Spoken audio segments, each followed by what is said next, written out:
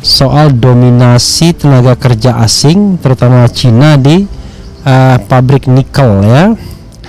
Dan juga pernah beberapa waktu yang lalu ya, Faisal Basri protes besar, keuntungan mayoritas itu diambil oleh Cina ya, Faisal.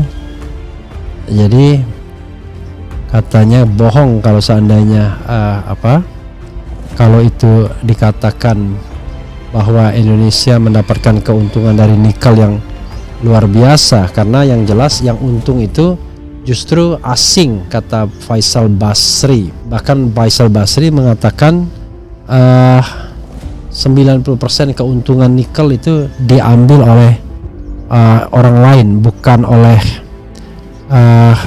Indonesia ya. Perdebatan apa yang disampaikan oleh Rizal Ramli, disampaikan oleh Faisal Basri soal nikel ini.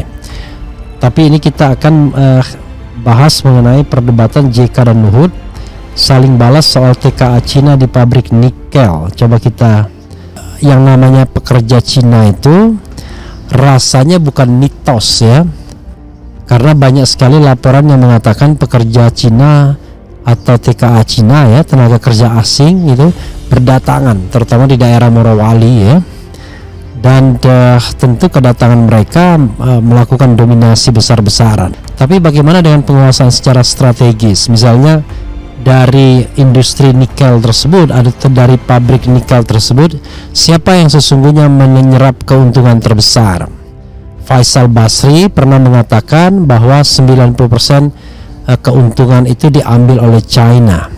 Nanti kita bacakan ya, Rizal Ramli juga misalnya mengatakan bahwa justru keuntungan terbesar diambil dari China, bukan Indonesia. Tidak hanya penguasaan tenaga kerja asingnya ya yang memang menurut saya menggelisahkan dan juga katakanlah memunculkan persoalan, karena tentu kita sendiri kan membutuhkan pekerjaan.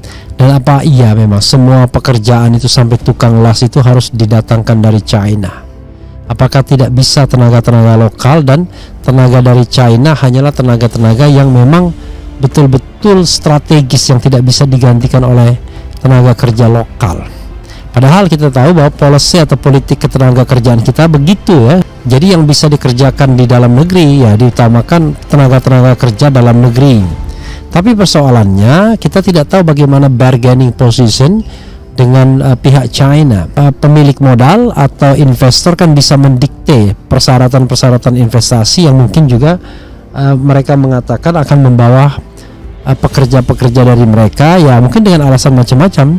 Salah satu alasannya adalah ya memastikan proyek atau pabrik itu berjalan seperti yang mereka kehendaki, baik dari sisi kualitas maupun dari time frame pengerjaan misalnya. Itu semua tenaga kerja dari mereka misalnya, kemudian juga semua mereka yang atur, dan kita cuma tahu beres. Setelah tahu beres pun nanti mayoritas keuntungan buat mereka juga. Nah ini kan menjadi persoalan ya. Kalau misalnya ya pabrik-pabrik itu yang bangun TKA, maka kesempatan ketenaga kerjaan berkurang jauh. Setelah tahap konstruksi selesai, tinggal tahap operasional yang pasti tidak membutuhkan pekerja lebih banyak, tetap didominasi Cina misalnya. Mantan Wakil Presiden Yusuf Kala menyebut kalau ada ribuan tenaga kerja Cina yang membanjiri di wilayahnya Morowali, Sulawesi Tengah. Hal itu membantah pernyataan Menko Kemaritiman dan Investasi Luhut Binsar Panjaitan bahwa tidak ada tenaga dari Cina membanjiri wilayah Indonesia. Hal itu ia ungkapkan dalam talkshow bersama Andi F. Noya.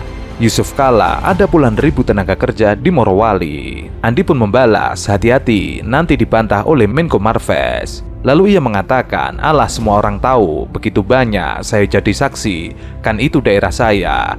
Yusuf Kala mengaku prihatin sebab tenaga kerja dari Cina bukanlah tenaga ahli, tapi tenaga rendahan. Ia mengatakan, prinsipnya kalau ada investor asing ada untung, pertama pajak, kedua tenaga kerja, kemudian alih atau transfer teknologi. Kalau yang kerja rendahan orang asing, buat apa investor asing? Banyak pengangguran di sini, bukan mendatangkan tenaga ahli. Hal lain yang Yusuf Kala sorot adalah jika jawaban dari pemerintah bahwa tenaga kerja Cina adalah tenaga ahli, maka dari segi jumlah tidak masuk akal.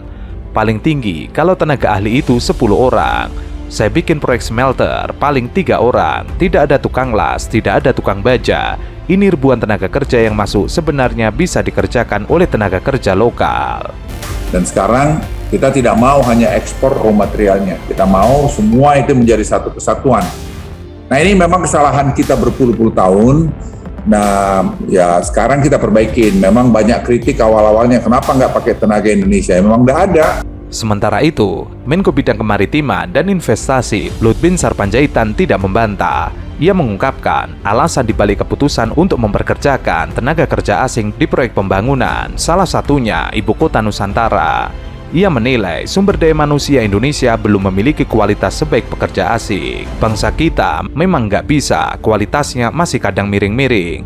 Kalau Anda lihat bangunan, masih banyak kualitasnya kurang bagus, tidak rapi, kuat tapi masih belok-belok. Mengenai kritikan terhadap kebijakannya memperkerjakan tenaga asing, Luhut menyebut harus dilihat dari sisi positifnya, karena ini untuk kepentingan nasional. Sepanjang untuk kepentingan nasional, kita tidak perlu ragu-ragu. Kita kadang-kadang ini munafik. Saya bilang pengawasan pembangunan ibu kota baru, kita hire orang-orang bule marah. Luhut menegaskan, pada akhirnya sumber daya manusia Indonesia nantinya akan mengganti tenaga asing tersebut setelah memang menguasai keahlian yang dibutuhkan.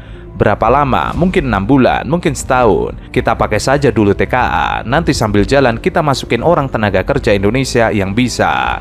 Sebelumnya, Luhut melaporkan kepada DPR terkait program pembangunan IKN. Ia mengungkapkan, untuk pengawasan mega proyek ini, dirinya telah memutuskan untuk memperkerjakan tenaga asing. Dan hal itu telah diketahui oleh Presiden Jokowi. Keputusan itu diambil lantaran ingin kualitas pembangunan IKN tersebut menjadi bagus sampai dengan 17 Agustus 2024.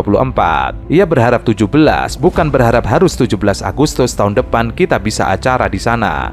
Tapi kualitas pekerjaan menjadi kunci. Oleh karena itu, ia melaporkan ke Presiden. Pengawasan itu terpaksa dengan segala hormat kita pakai bule-bule untuk menjaga kualitas. Jangan nanti istana Presiden itu jadi, tapi kualitasnya tidak bagus. Dalam laporannya lagi, Luhut yang juga Ketua Satgas Percepatan Investasi IKN ini tengah fokus menyelesaikan persoalan tanah di kawasan Nusantara. Bapak Ibu sekalian, ini sudah yang kami lakukan IKN, dan saya sudah pergi ke sana 2 kali dan sudah melihat ini, dan kemarin di Singapura kita jualan mengenai ini dan mereka sangat antusias dan semua masuk, dan kita berharap 17, bukan berharap, harus 17 Agustus tahun depan kita bisa acara di sana. Tapi kualitas pekerjaan itu menjadi kunci. Dan pengawas itu kita terpaksa dengan segala hormat kita pakai bule-bule untuk menjadi kualitas. Jadi jangan nanti istana Presiden itu jadi tapi kualitasnya tidak bagus.